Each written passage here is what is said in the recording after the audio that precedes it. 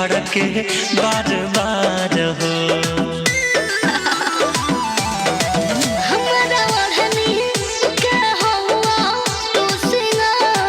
दिल न हमरो लागे धड़के बार बार हो।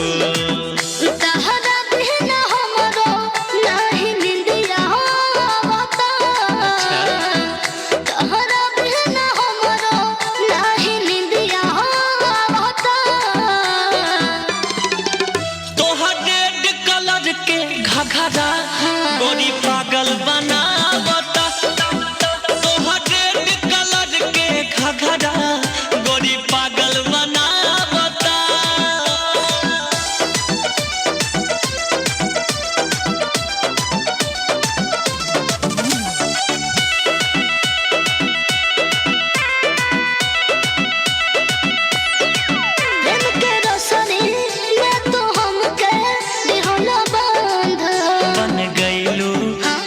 विश के आरमान हो। प्रेम के रसरी में तू हमके दिहला बांध। बन गईलू तू सी विश के आरमान हो। ई है बात अर्जुन के मन बहकावता। ई है बात अर्जुन के मन बहकावता। अच्छा तोहर रेड कलर के घघरा गोरी पागल बनावता, तोहर रेड कलर के घघरा गोरी पागल बनावता।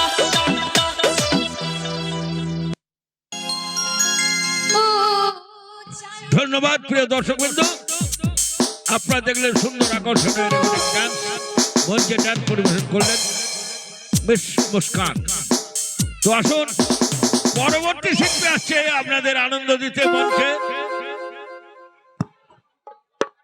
পরবর্তী শিল্পী মঞ্চে আসছে, তার আগে একটি বিশেষ ঘটনা। দেখুন আপনাদের বারবার বলছি যে সাইকেলগুলো আপনারা মেলায় রাখবেন না, যেখানে সেখানে রাখলে অসুবিধা আছে।